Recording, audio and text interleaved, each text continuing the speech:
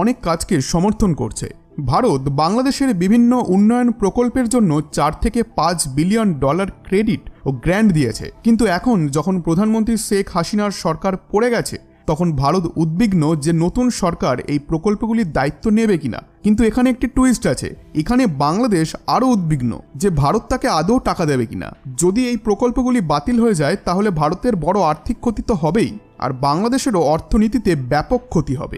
এই কারণেই বাংলাদেশের নতুন প্রধানমন্ত্রী ডক্টর ইউনূস তাড়াতাড়ি মোদিকে ফোন করে হিন্দুদের নিরাপত্তার গ্যারান্টি নিয়েছেন এবং মোদির সঙ্গে সম্মেলনে অংশ নিতে উপস্থিত হয়েছেন।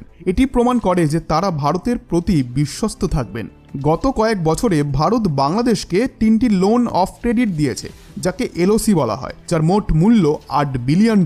এছাড়াও ভারত তাকে অনেক অবকাঠামো প্রজেক্টের জন্য অতিরিক্ত গ্র্যান্টও দিয়েছে।